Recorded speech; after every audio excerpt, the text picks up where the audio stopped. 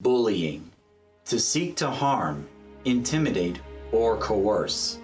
It takes many forms and can happen at any place, like school and work, even when we are on the internet. Look up statistics on how often there are reports of bullying. Regardless of the numbers though, many of us have encountered bullying at least once in our lives. Including me. I'm Stephen McAllister from Tostemac.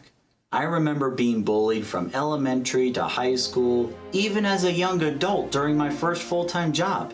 It can happen anywhere. In the past, I have always tried to ignore it, thinking that the bullies were doing this just for attention, and if they didn't get what they wanted, the bullying would stop. It didn't. The one thing I regretted during those times was not taking action and doing something about it, fearing that the situation might get worse or the bullying would not stop. Also, if the teachers would even do anything about it. I didn't do anything back then. But perhaps I can do something now by giving all of you viewers the best advice I can give so that hopefully you won't have to go through the same hardships that I did. First, let me share with you 2 things that you don't want to do. One of them being, do nothing. By not doing anything, the problem will fester and get worse over time. For every 1 incident of bullying being reported, there are probably 5 more that are not. And leaving these situations unattended can have some serious repercussions, like depression, lack of confidence, anxiety, and in the worst cases, thoughts about and actual suicide. Maybe you have the same fears that I did back when I was a student. But know this, nothing starts or stops unless you take action. So the question then becomes, what action to take? This leads to the second thing that you don't want to do. Try to tackle this on your own. After all, this is precisely what bullies want, to isolate their victims and to make them feel powerless and alone.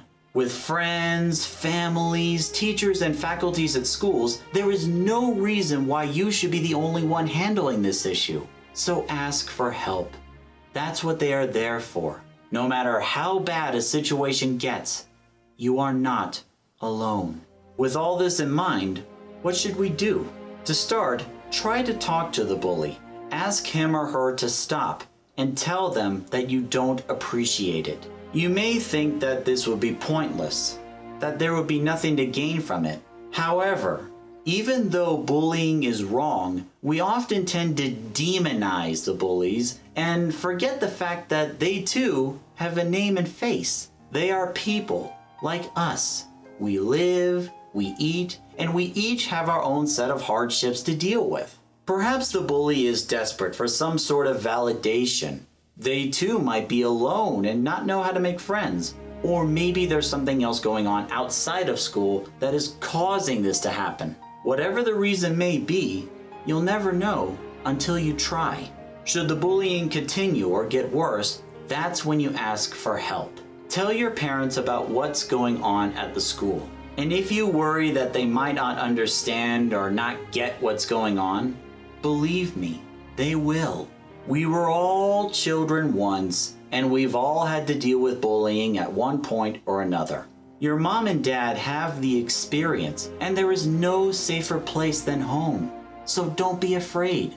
Just talk to them. While you're at it, talk to your friends, classmates, as well as your teachers too. They might know who the bully is. Take notes of each incident as they happen. That way the people in charge know exactly what's going on. Because the odds are pretty good that you are not the only target. From this point, the school should take immediate action to stop this, as bullying should not be allowed anywhere at any time. For the parents, should the school do nothing and the bullying still continues, then as a last resort, you can take this to the legal system along with the evidence that you have and explain to them what has transpired. When something bad happens at the school, the teachers and faculties there are responsible for handling this in the best way possible. And if they don't, then they need to be held accountable for it. No child should ever have to be afraid to go to school or pretend that they're sick just to avoid the bullies, like I did a couple times. Bullying is wrong. It is harmful to our children, and it needs to stop. Who we are or where we come from doesn't matter. In the grand scheme of things, we're all the same, just tiny dots on a much bigger map. No person is bigger or greater than the other. That is the mindset we should all have. And while the reality that we live in is not exactly ideal, there are things we can do to make it better. So if you want to share any stories about bullying, whether it happened to you or a friend, feel free to do so in the comments section below. And don't worry, this is a safe place. Or if you want to message me about something that's going on in your life right now, feel free to do so at tostemac@gmail.com. My door is always open. Whatever happens, never forget, you are not alone. Again, this is Stephen McAllister from Tostemac. Thank you for watching.